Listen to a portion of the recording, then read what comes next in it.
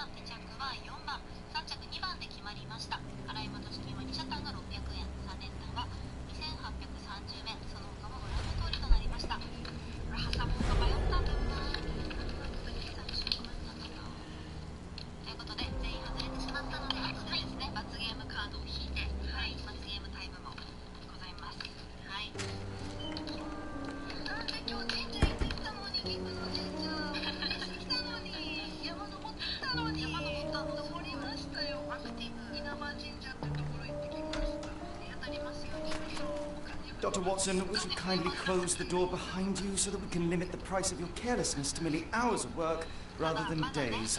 My apologies, Mr. Holmes. I found myself rather taken aback. I saw tidy houses in war-torn Afghanistan. Are those my surgical needles? I ran out of tacks and the matter required immediate attention. Was that my supper? Plainly not, for I was the one who ate it. I set it aside for this evening. And for that I am... Is that my bed? Watson, since you've proven yourself a master of observation, might I ask you to apply your skills to a more pertinent question? Namely, the whereabouts of today's newspapers.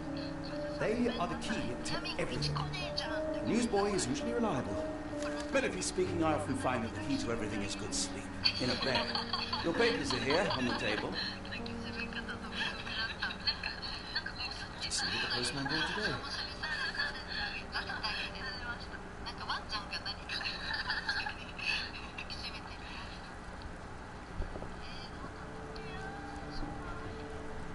This mess is getting out of hand. What will the landlady think?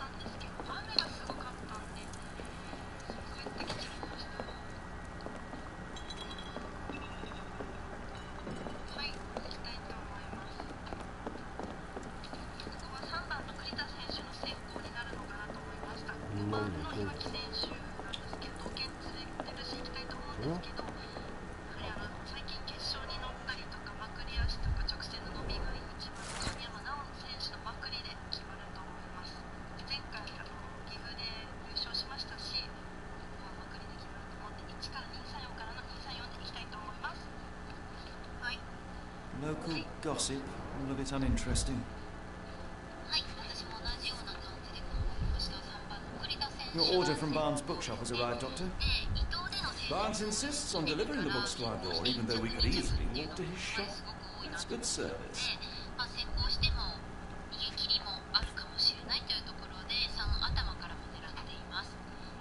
Another letter from Werner. I never reply, but they keep coming.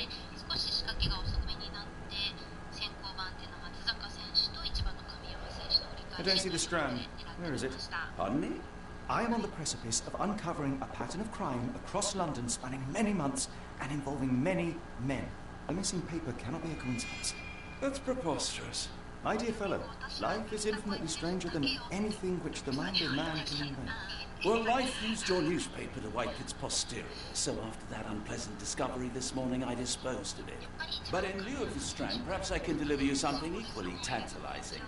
I have just returned from a patient of mine, Captain Stemwick. No, that will not do. Grab your coat, Dr. Watson. Let us hope nobody has collected the dustbin.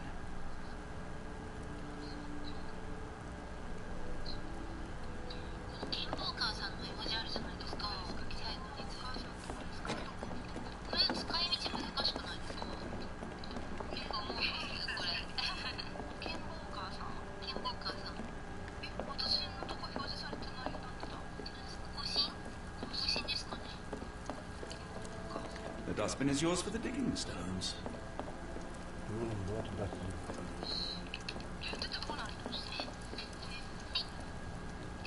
Don't look at me. If you want the newspaper, you'll have to get your hands dirty.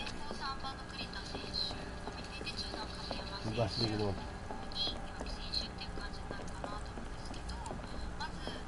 If you come across one of my drafts, please leave it in the bin.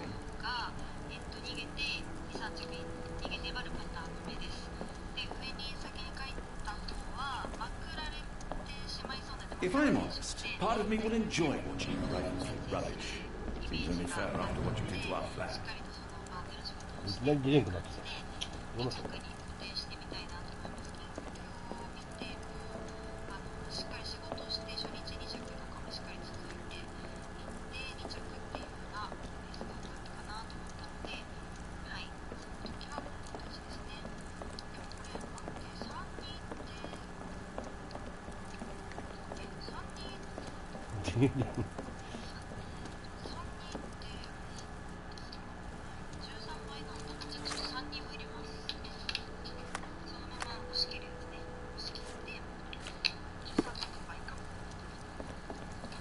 If I'm honest, part of me will enjoy watching you rifle through rubbish.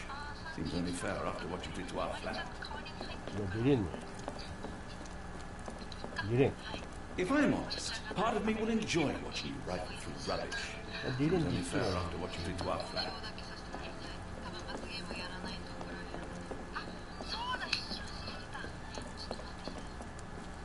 いきなり引っかかっちゃったよ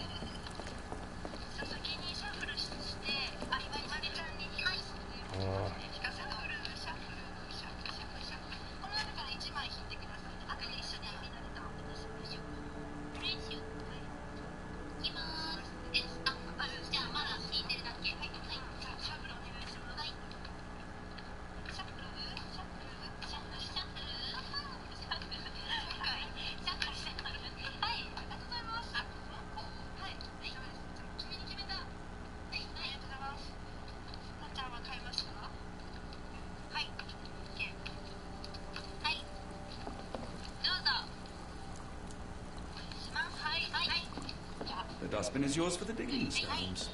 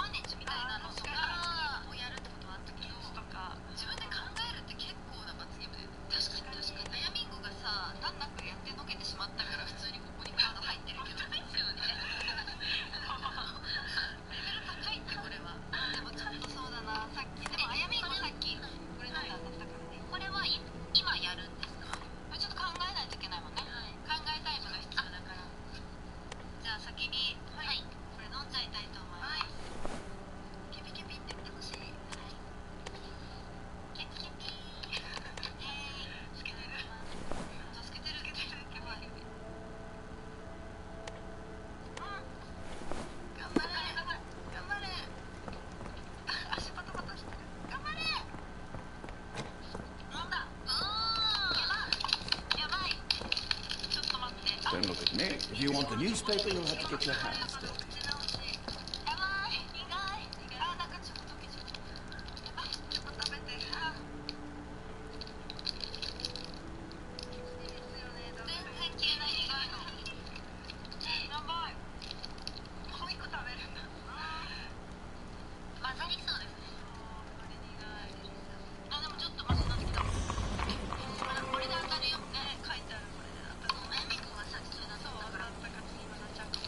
この匂いが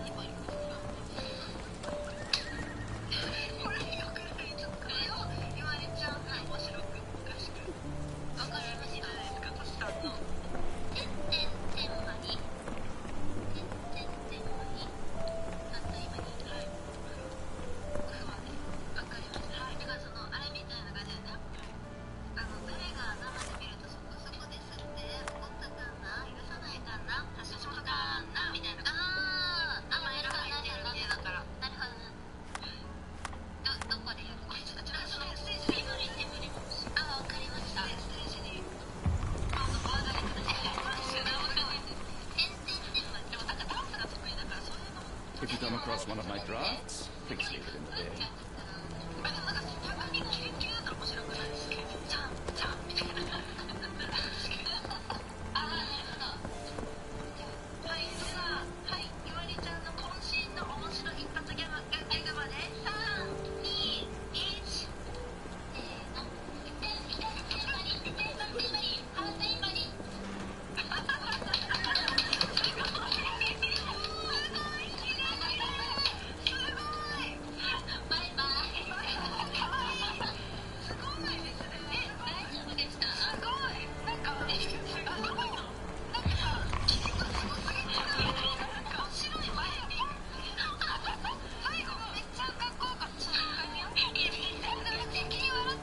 ここにあるそういうの。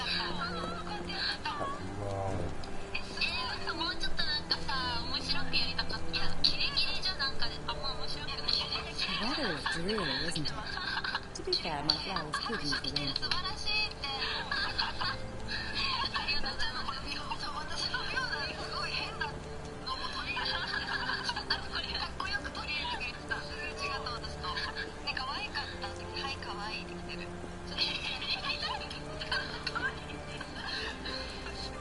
If I'm honest, part of me would enjoy watching you write a few rubbish. It's only fair after what you did to our flower. ダンスやってるんだっけ？3歳から8時までやってました。すごい。ちょっともうちょっとなんか恥ずかしい感じでできるように。恥ずかしい。でもちゃんと振り切るのがすごい。ちょっと教えてください。なんかちょっと変に。あやみんごはやっぱ独特のなんかねダンスが。て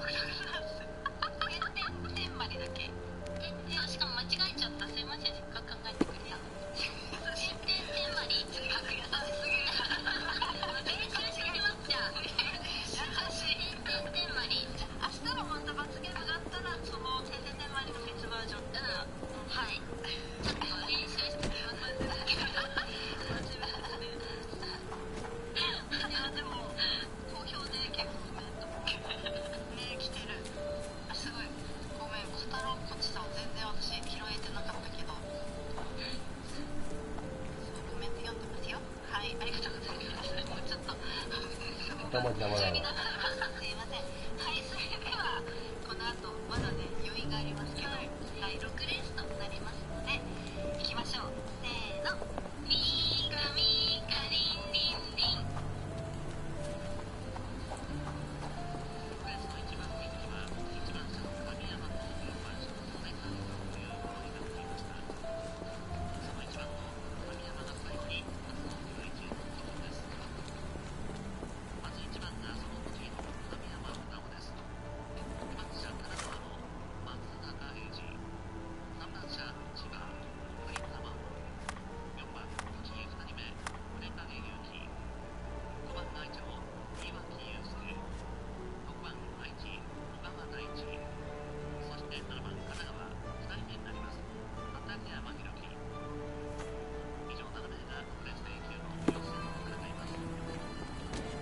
Excuse me, just one question.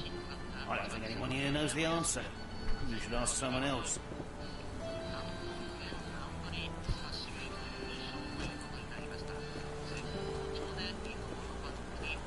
May I ask for your assistance? It's a shame, but I can't help you.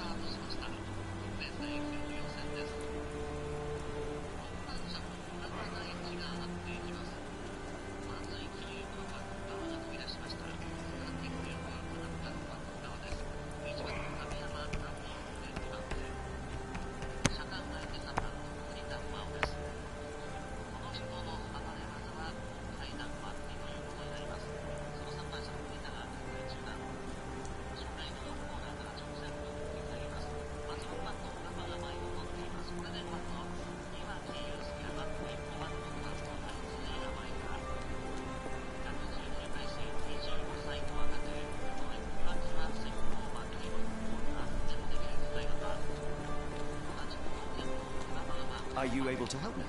I can't help you with that, sir. Are you able to help me? Sorry, sir, I can't help you. Are you able to help me? Sorry, sir, I can't help you.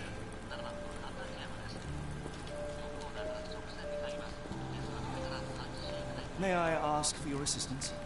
Tsushima can't answer your question.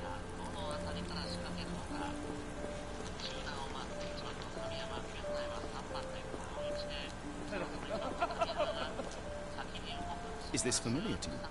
I wish I could help, but I know nothing. Can you satisfy my curiosity? Excuse me, what? I'm not sure I know.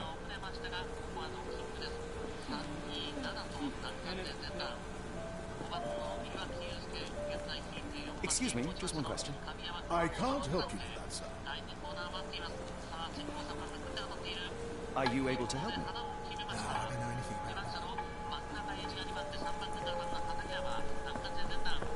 Can I ask you a question? Sorry, sir, I can't help you. Is this familiar to you? No, sir, I've never heard of it.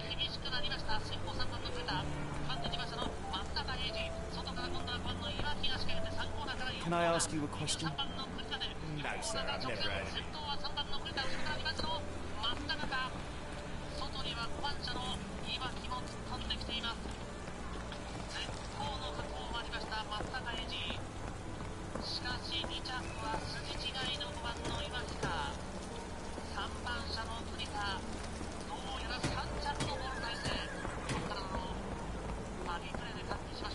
Excuse me, just one question. I wish I could help you, but I don't know.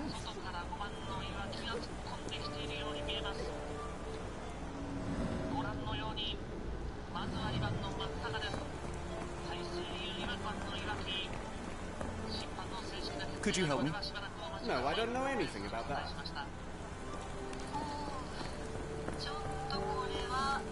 Do you know anything about this? Sorry, sir, I can't help you.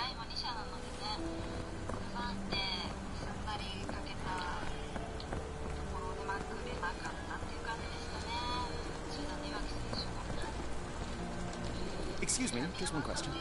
I wish I could help, but I know nothing.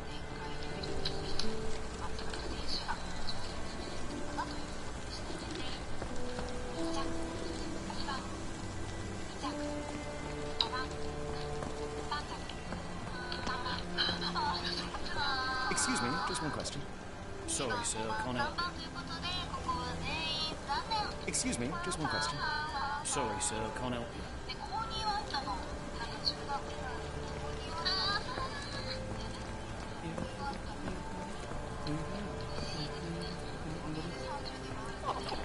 Could you help me? No, I don't know anything about that.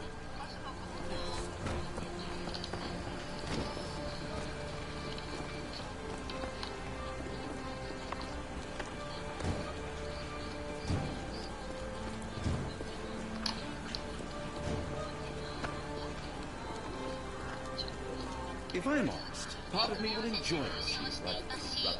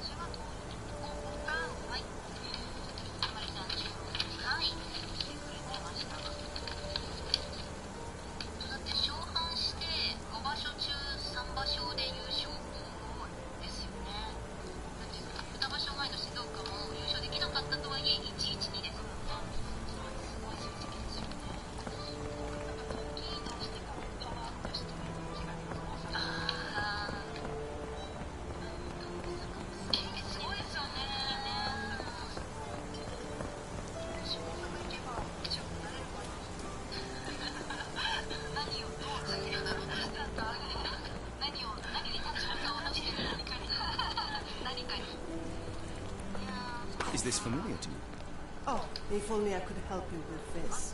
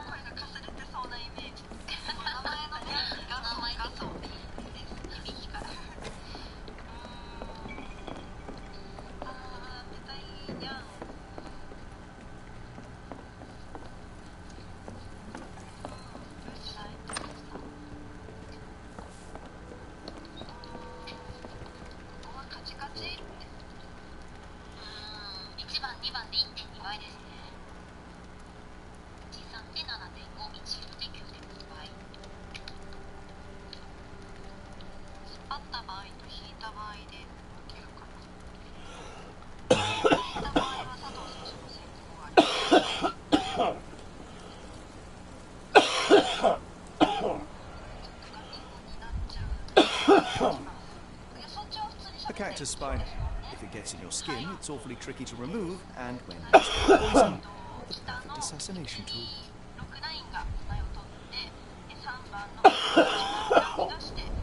You were mistaken, Dr. Watson. The paper was indeed dirty, but not how you implied. It's potting soil. See, Watson, the conspiracy is real. Someone tried to poison me. Poison? You? That's madness.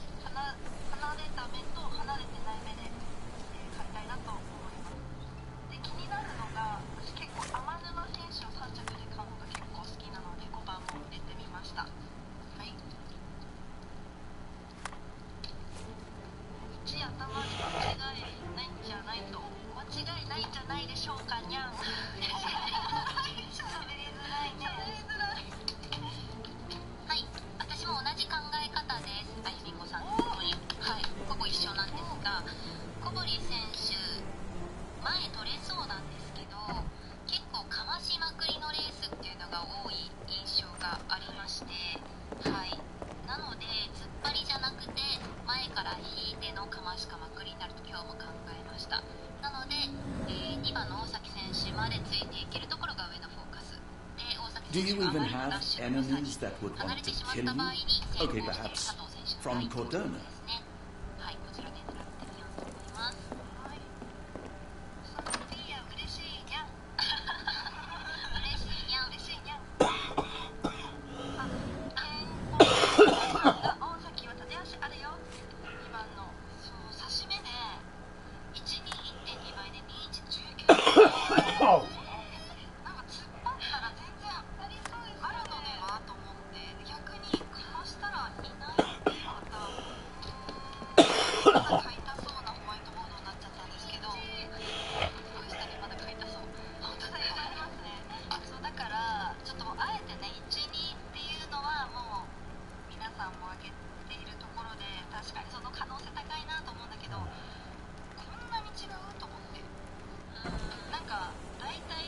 Get the Strand! Get your copy of the Strand here! Sorry, Mr. Holmes, I just sold my last paper. Blast. Then why are you still here? Boss pays by the hour. No sense in returning early.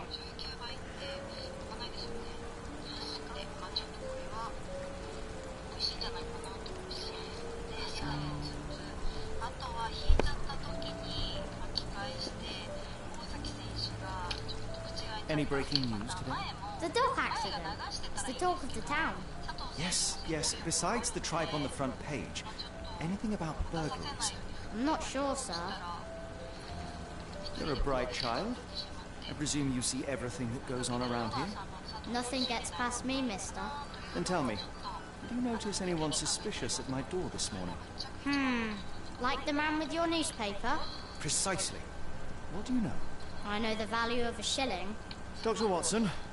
Sure, now I can take the day off.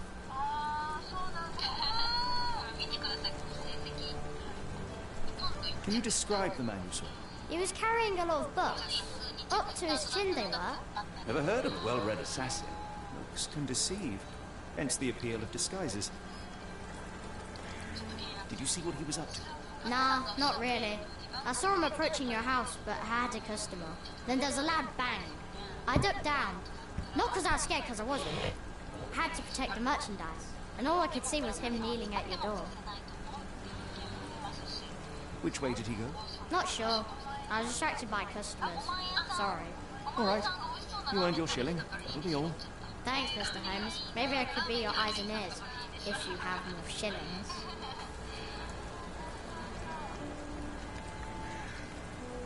I'll stand watch, just in case the strange man comes back. Get the Strand! Get your copy of the Strand here!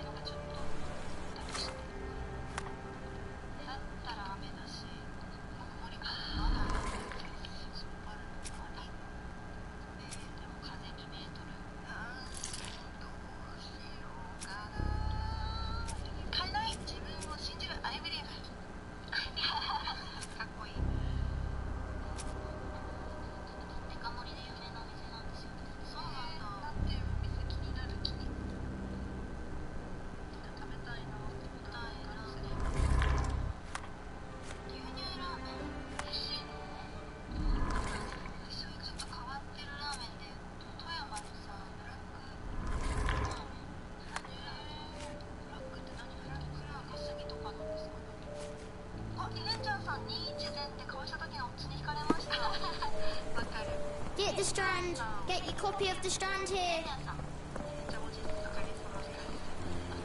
May I ask for your assistance? As much as I'd like to help you, I know nothing.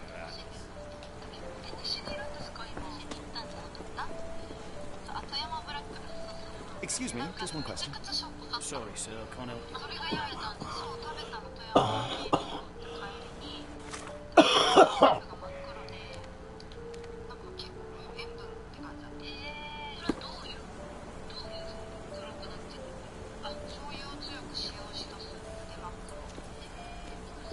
How about that Vogel fellow? He seems rather obsessed with you. Would he do something like this?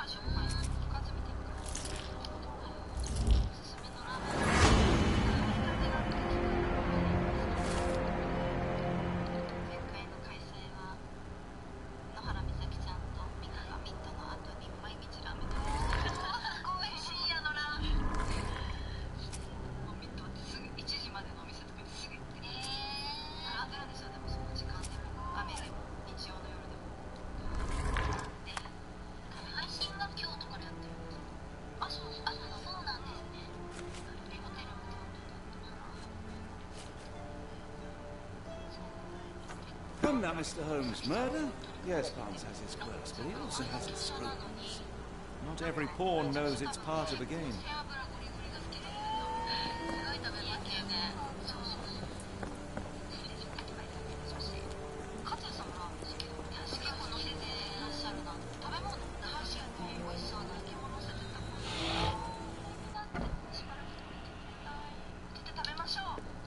Why go through all this scheming to murder? A spine stuck to the newspaper is hardly beef.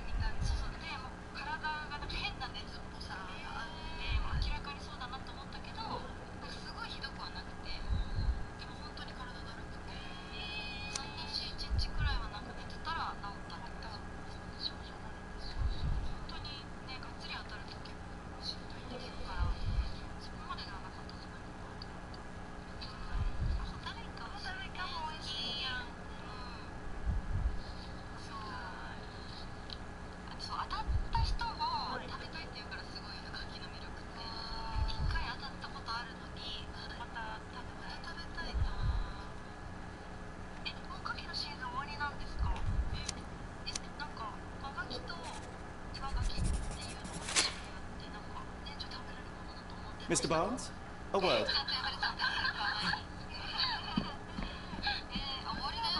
Oh, for goodness sake.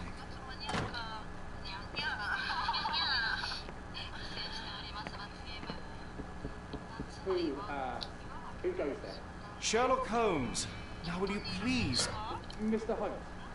Sorry, I did not see you coming. Would you care to answer some questions for me? I wish I could, but I am deep in the weeds with work. How about we reschedule in a month or two? Come now, Mr. Barnes. It'll only take a moment. Really deep in the weeds with important things. Well, help yourself to any books. Just Barnes doesn't seem like himself. Why is he acting this way? You're asking the right questions, Doctor. Let's find a way to coax him out. Apologies, but I can't hear you. Please come back later. The ladder is broken, recently detected the freshness of the wood.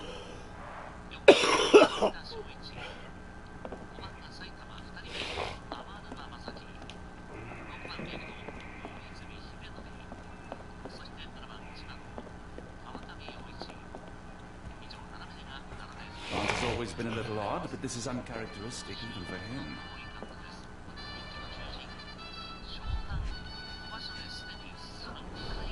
Basics of cryptoanalysis, cryptography in Egypt. Here's Barnes has an interesting hobby.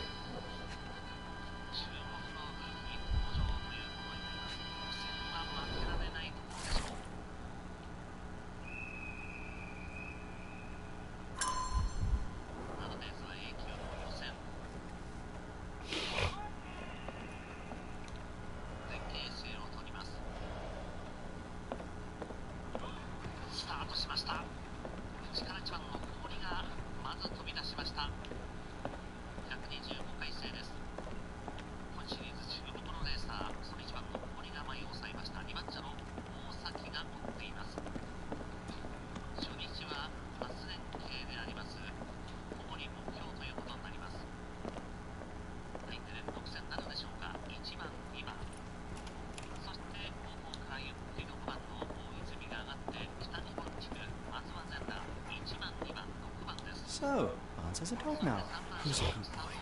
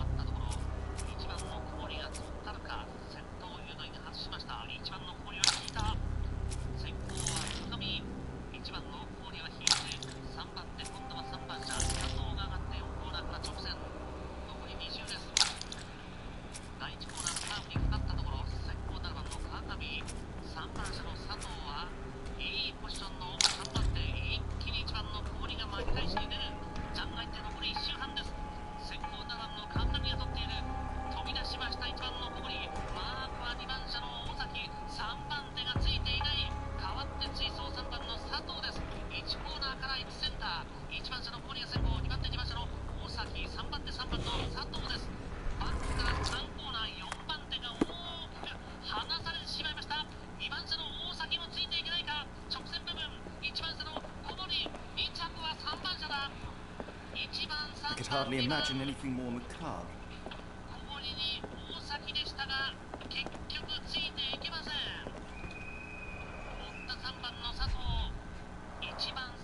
Finest view London has to offer.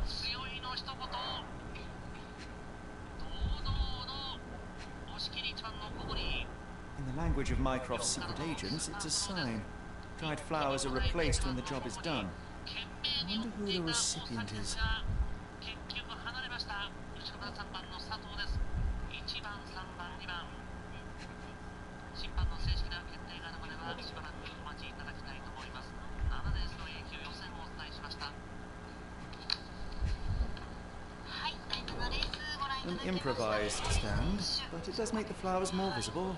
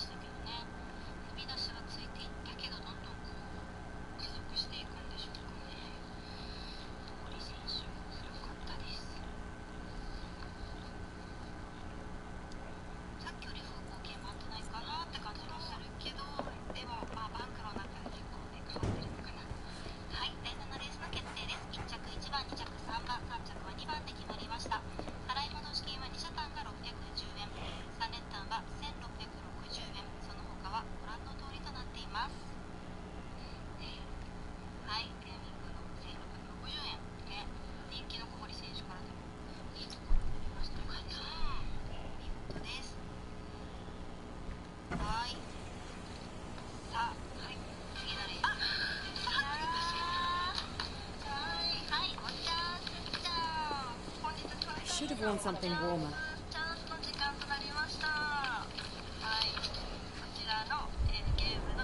Encouraging people to stop and smell the roses? Our national emblem. God save the Queen. It must take patience and care to produce a bloom so beautiful. I imagine so. I nearly sell them. Familiar spine. It's what I found in my dustbin.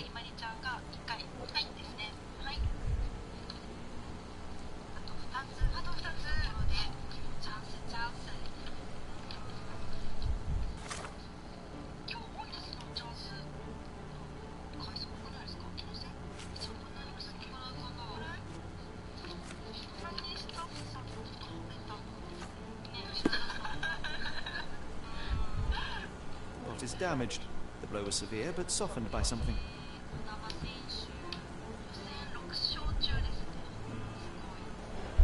Anything tickle your fancy, Mr. Holmes?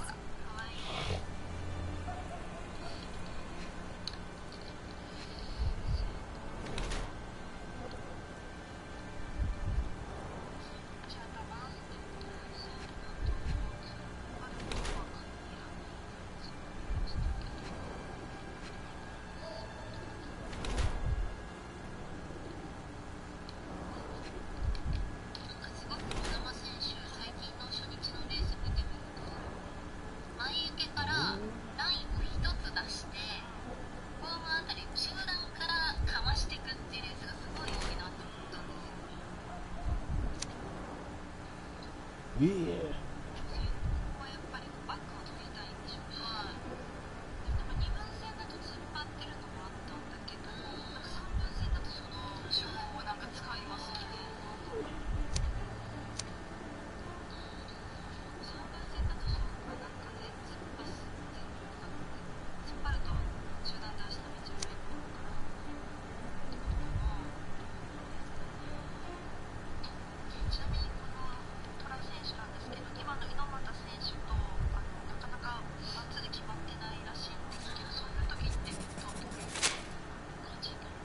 Mrs. Fleming, you look particularly lovely today.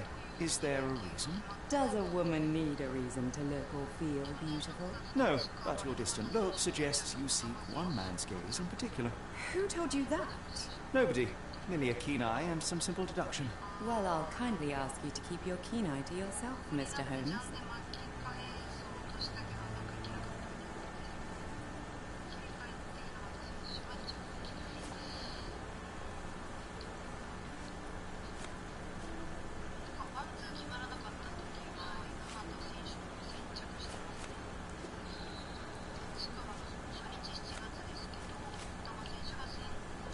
One of these things is not like the other. Come again? The cactus. Those fearsome spines can prove a devil to remove, and the sap is often toxic. And a roseland can give you tetanus, but we still grow them. The cactus seems comparatively harmless, though you have me thinking it must be valuable. I was under the impression that you knew its price already. Your guess is as good as mine. The first time I saw this cactus was when I came back from my break.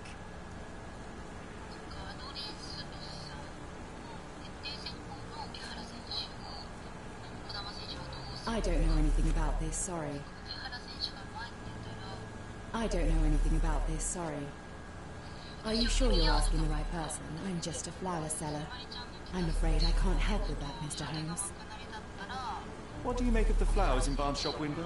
Well, they could use a doctor. Do they mean anything to you? Mean how? I'm not sure I follow, Mr. Holmes. Why do you think they're there? Are you suggesting the flowers are for me? It seems likely, does it not? Oh, I hope you're right. I don't know anything about this, sorry. Are you familiar with Mr. Barnes? Yes. No, not really. Well, in a way. What on earth does that mean? I know who he is, of course, but we haven't shared much more than a look. A look? Yes.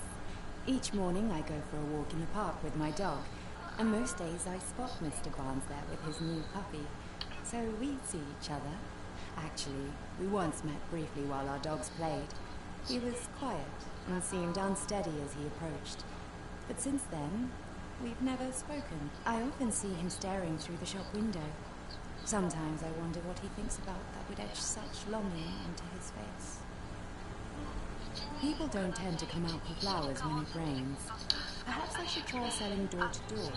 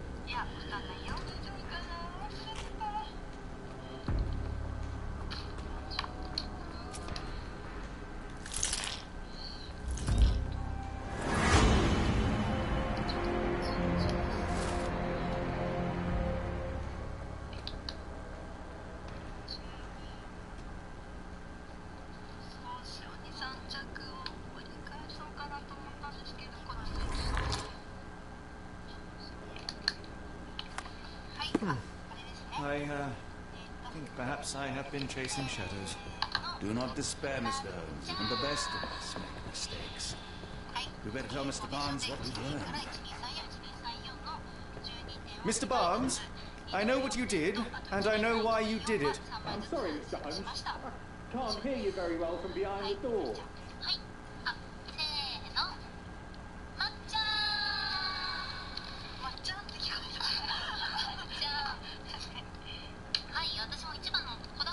I couldn't read this morning's edition of The Strand because it was covered in soil and spines.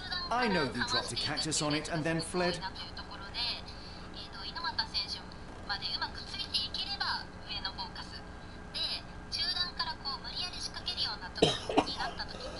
You ordered a cactus from the plant catalogue and then left it for Mrs. Fleming as a gift. You place flowers in the window to get her attention and wear high heels to appear taller and more desirable. You are her secret admirer. Barnes, it's Dr. Watson. Rest assured we are not interested in disclosing your personal affairs to anyone, including Mrs. Fleming. Please come out. All right, then.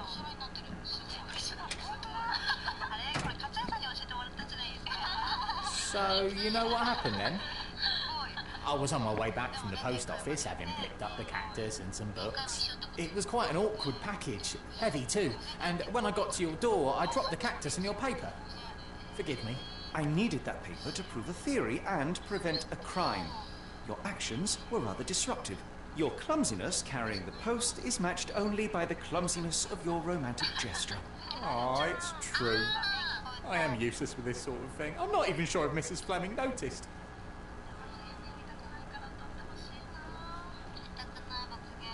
As in most things in life, truth is the answer. Cease with the obtruse signals and anonymous gifts, and simply talk to the woman. What is the worst that can happen? She rejects you, and you are freed from this endless purgatory. That... Yes, you are correct, of course. I do have a slight tendency to overthink things. Thank you. So, at last, we return to the matter of the paper. I'm investigating a string of burglaries. Did you perhaps read of any before the edition was spoiled? I don't recall, but you're welcome to read our copy for yourself. You had an issue of The Strand here all along? Well, naturally. I am a bookseller. I have a subscription to every magazine and newspaper in London. So you ought to be familiar with the concept of burying the lead. Oh no, my apologies, Mr. Holmes. I'll make it up to you however I can. I am an expert on obscure languages and translation and Yes, okay. Just give me the paper.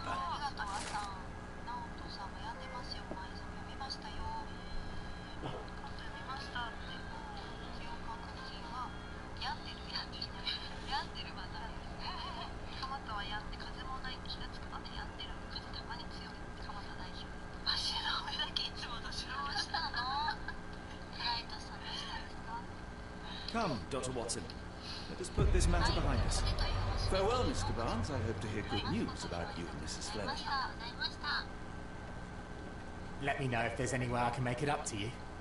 Tell you what, tomorrow's edition of The Strand is on me.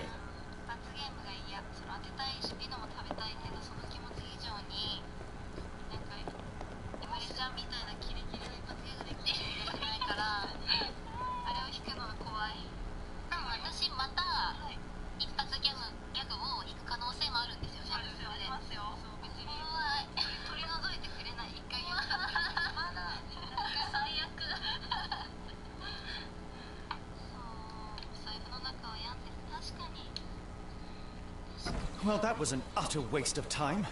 An assassination did seem rather unlikely. There was supposed to be another burglary. I was certain of it.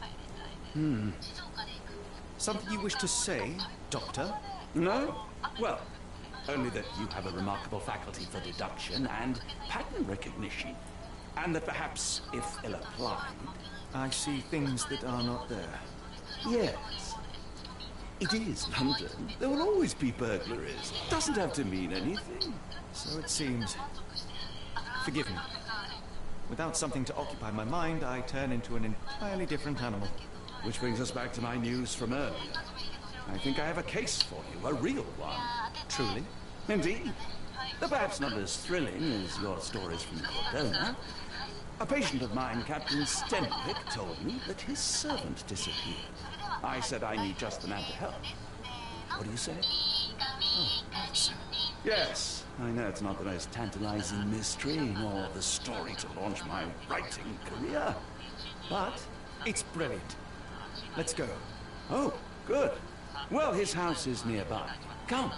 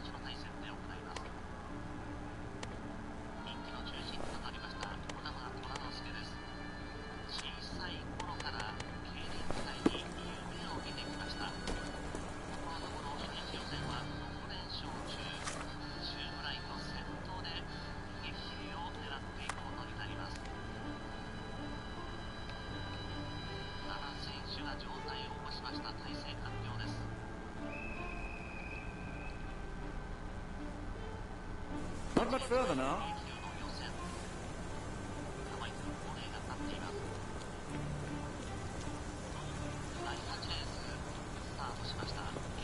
Is this lousy attitude of yours because of my altercation with Inspector Lockhart? Did he put you up to this? Sir, the Inspector has nothing to do with it. I'm telling you the same thing I tell anyone seeking a missing person. Good day, gentlemen. Forgive the intrusion. Captain Stenwick, this is my colleague Sherlock Holmes, the consulting detective I told you about. At last, a professional. This useless officer refuses to do anything about Kimmy here, my missing servant. What was your name again? I shall be certain to inform your superiors. Sergeant Ruffles. It's my superiors who made this decision, sir.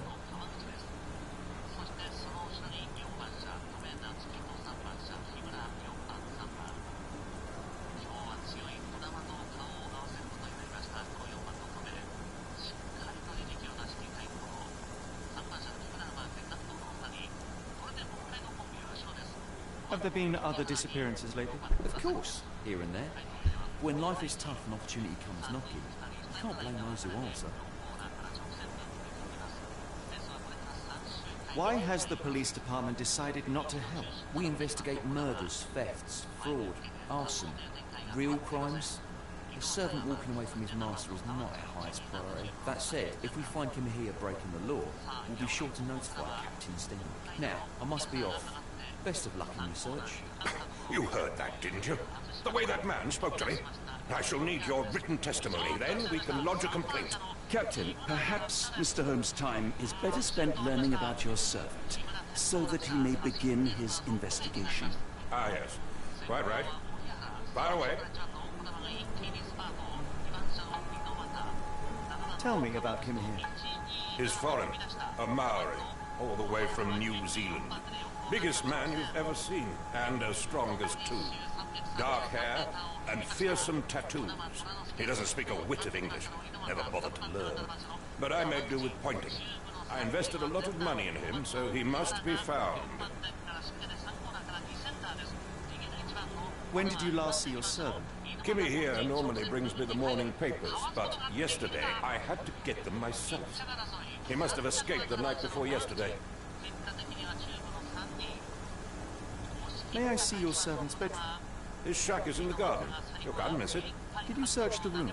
Of course, but only to check he wasn't lying dead inside. Everything seemed normal at a glance.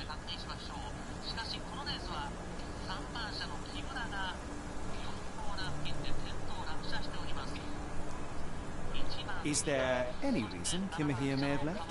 I should think not. He had all he could have wanted. Gainful employment, new clothes, and all the cabbage he could eat.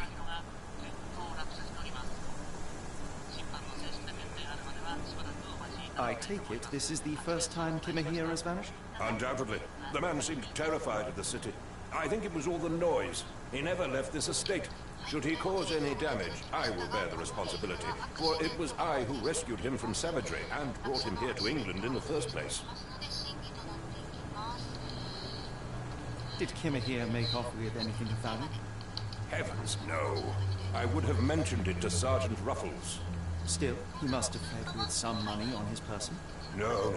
I kept his wages in my safe. For security. All right, Captain. I think I have enough to get started. We shall first take a look around the mansion. Go ahead. I'll be here, mentally drafting my complaint.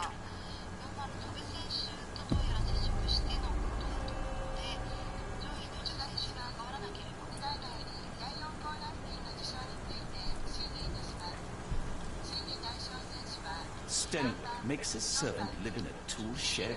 You think you know something?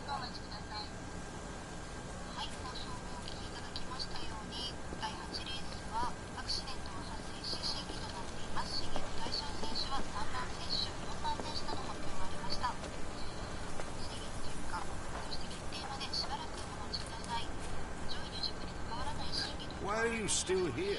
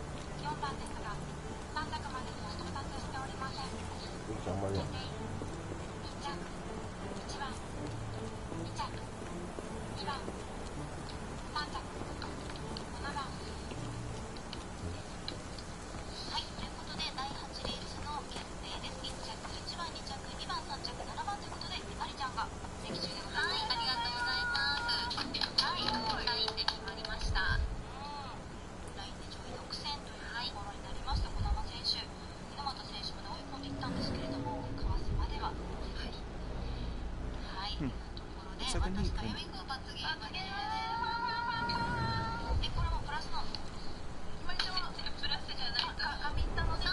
Chewing tobacco.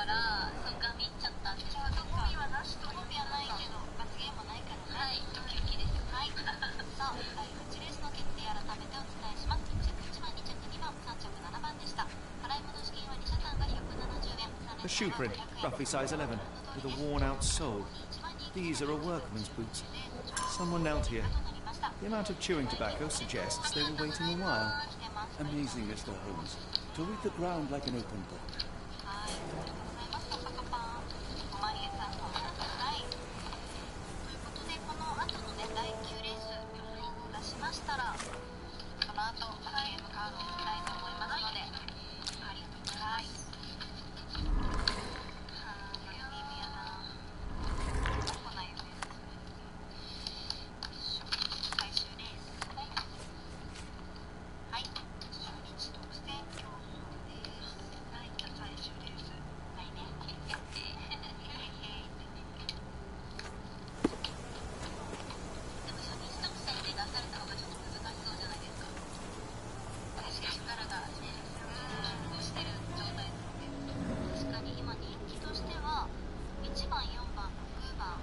Could have left these tracks.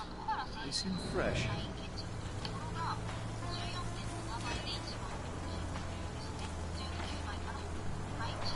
This lock is quite unusual. It appears that the key should be bent to the right.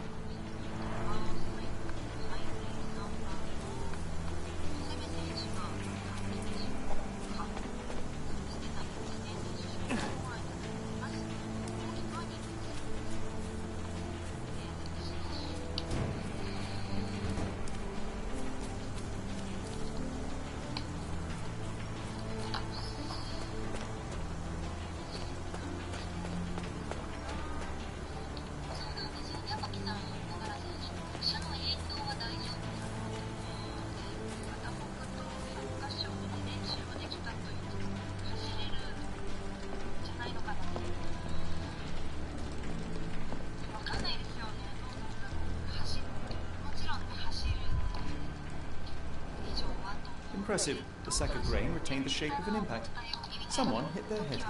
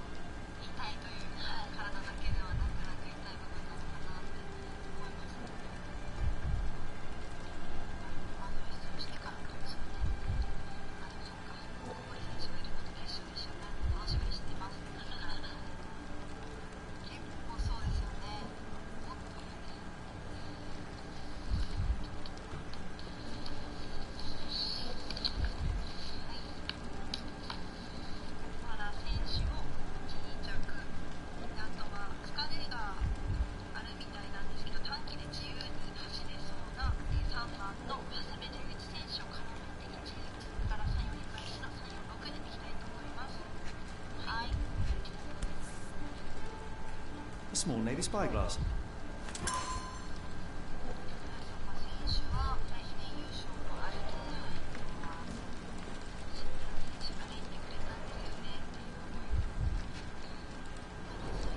A scrap of Hessian.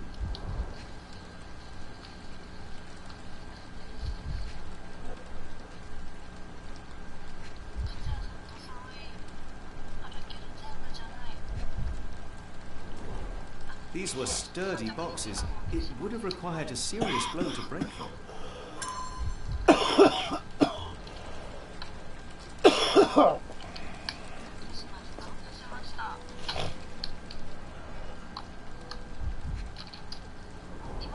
Bottom chops, the remains of a meal.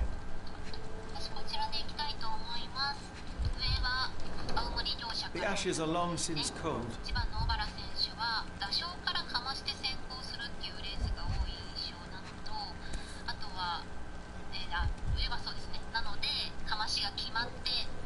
Heavy chemical odor. Lend me your nose, Doctor. I'll never forget that smell after my time in Afghanistan. That's an opioid, Mr. Holmes, a narcotic.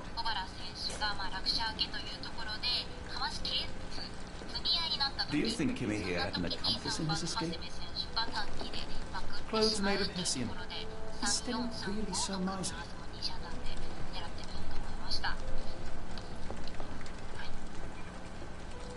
Yes, Denwick is no angel, but he's one of my few clients. Please, try to remain courteous.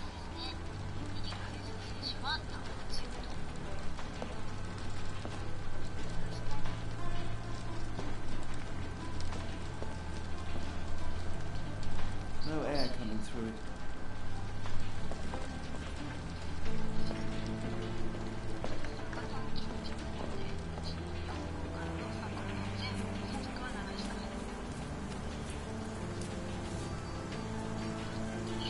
The rag reeks of smoke.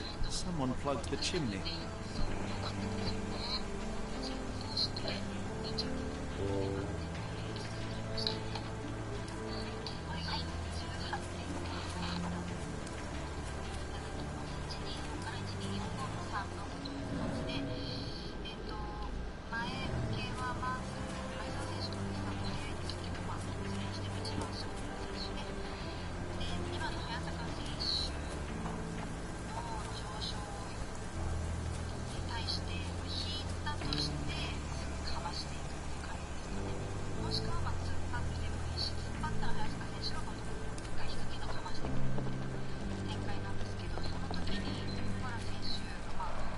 Is this a Tanifa, a Maori water sport, or something else?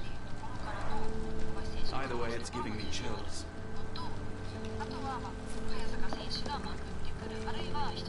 Clothes made of Hessian.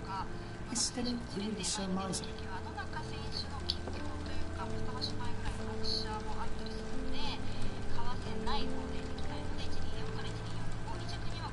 A Maori nose flute. Ngurus, they're called.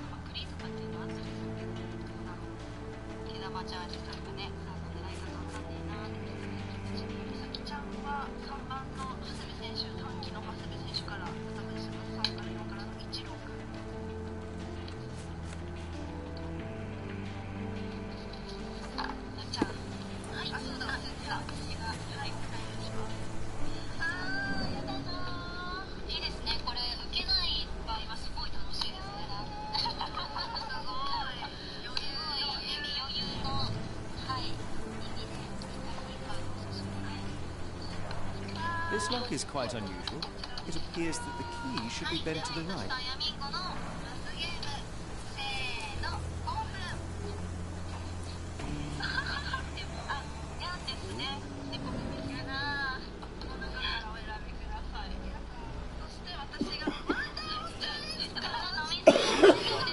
someone moved a cart to this spot and then took it elsewhere. Can't see it anywhere in the garden.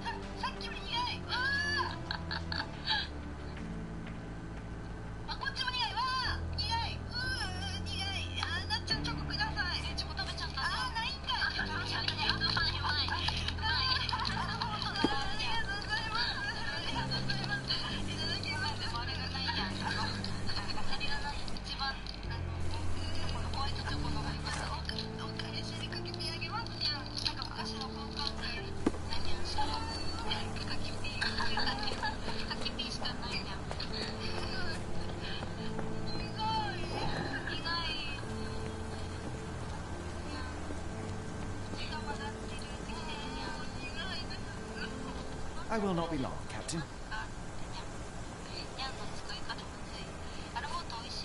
Are you joking? Why would I know this?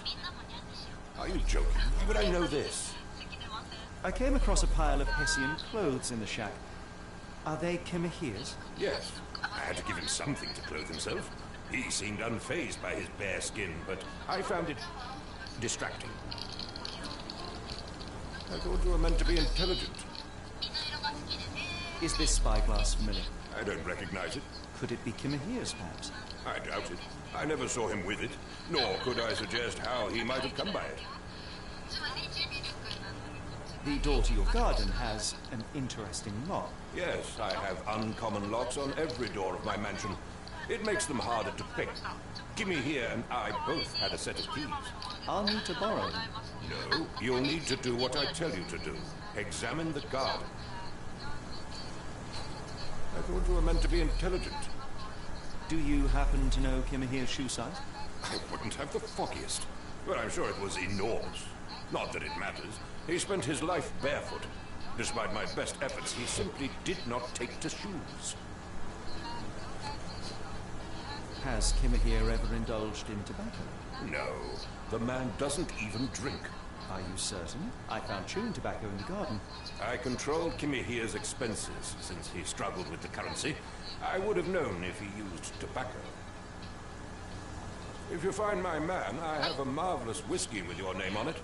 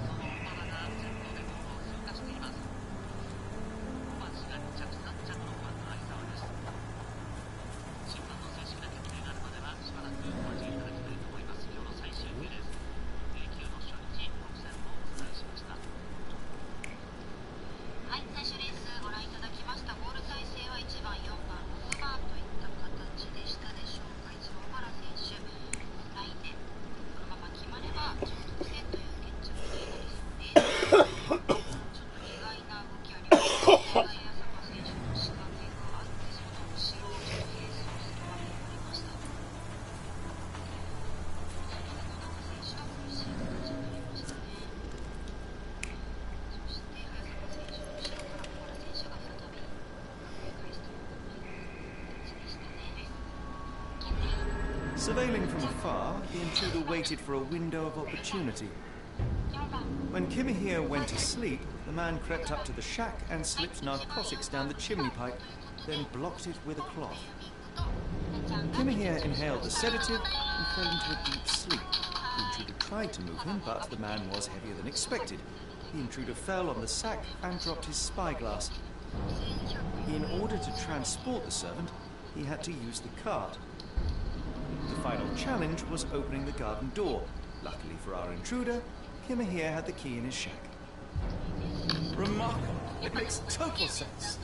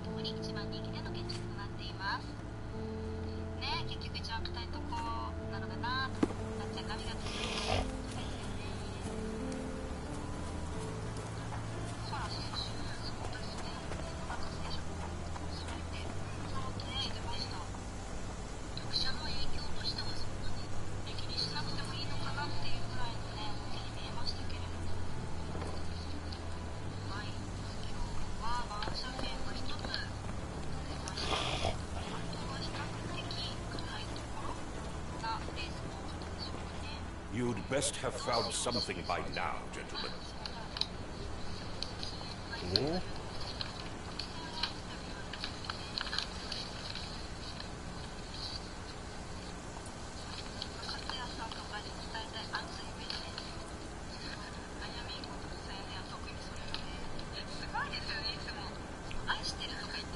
I found the residue of narcotics in Kimahir's brazier.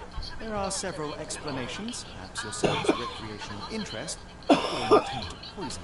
Cut to the chase, Mr. Holmes. I fear that someone may have spied upon Kimahir. Likely the owner of the spyglass I found earlier. It appears they were watching for some time, as there was an impressive amount of chewing tobacco on the ground. And your point? You said that you checked the shack earlier.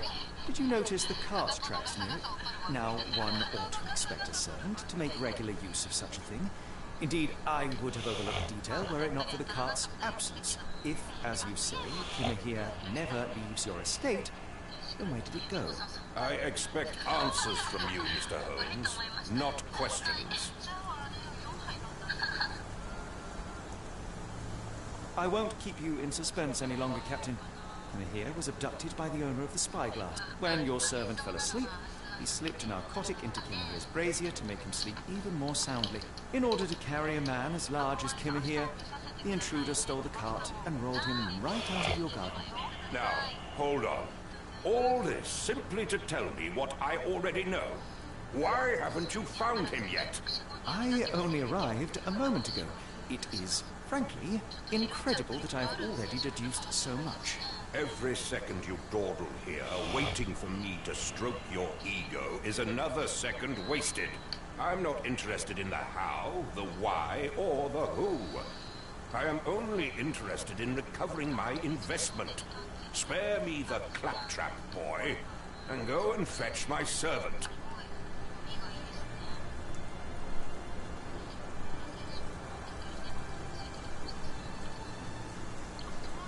The point is, Captain, we're telling you this for a reason. The intruder fled through the garden door, and we need a key to follow his trail. Well, then you should have led with that. Here you go. I hope you'll return soon with good news. And in the meantime, please teach your companion the art of brevity. This dreary rain is making a miserable day even worse.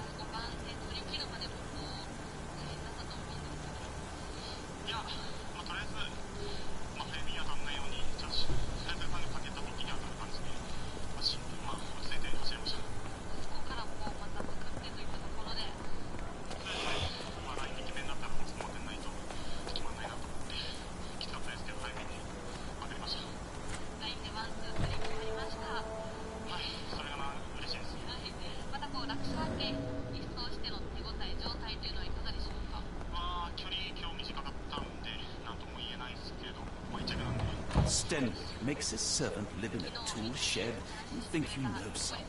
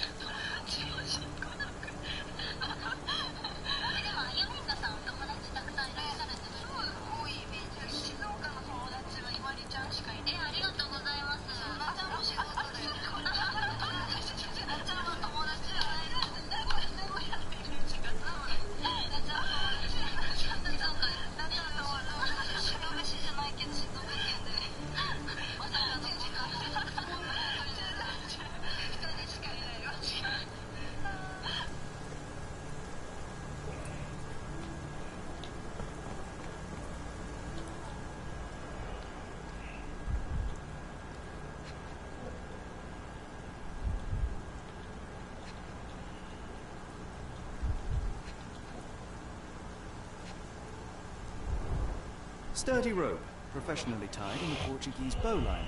This knot is often used by sailors to create a bosun's chair.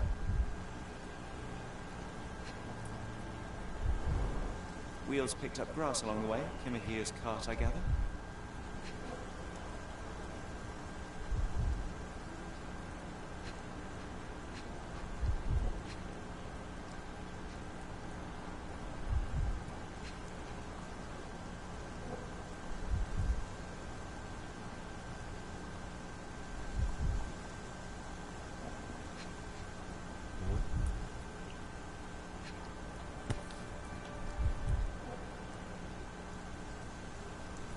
Roy Salisbury.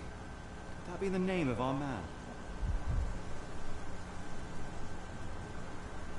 A strange substance. I have my suspicions based on the colour and consistency, but would you care to hazard a guess, Doctor? Well, it's odorless, but from the way it absorbs water, I'd say saltpeter. Then we're in agreement. Well done.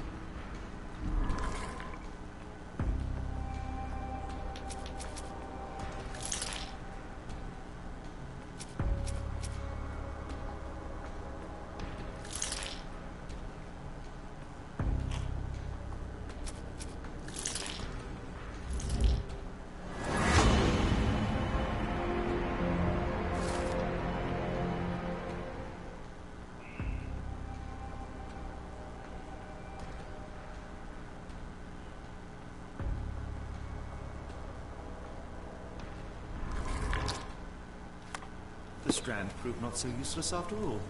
The saltpeter accident. Doctor, do you recall? The Port of London, of course. The footwear, the spyglass. Indeed. We shall need to take a cab there.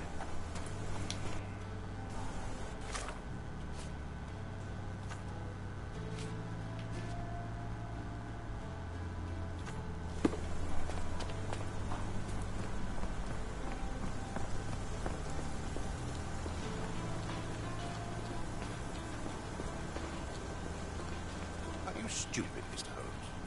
Stop loitering and go and do your job.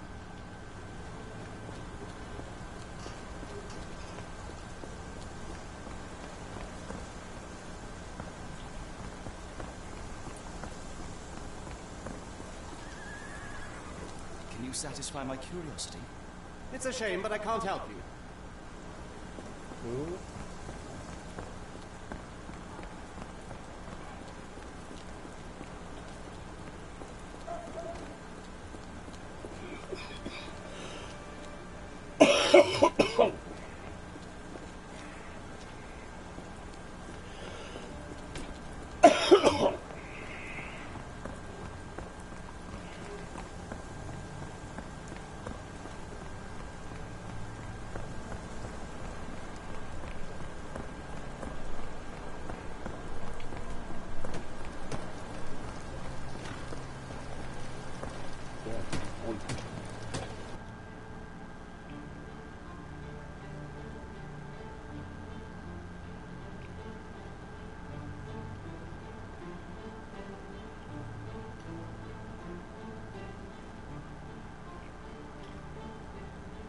Where to go?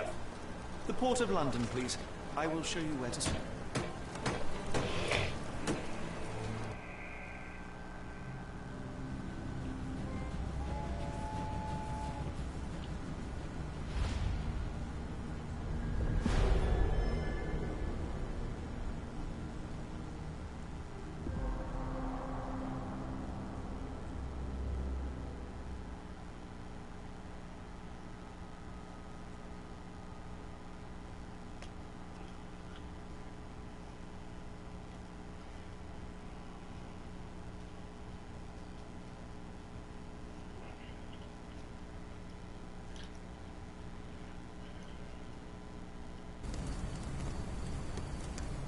Mr. Holmes, what a compelling mystery we have stumbled upon.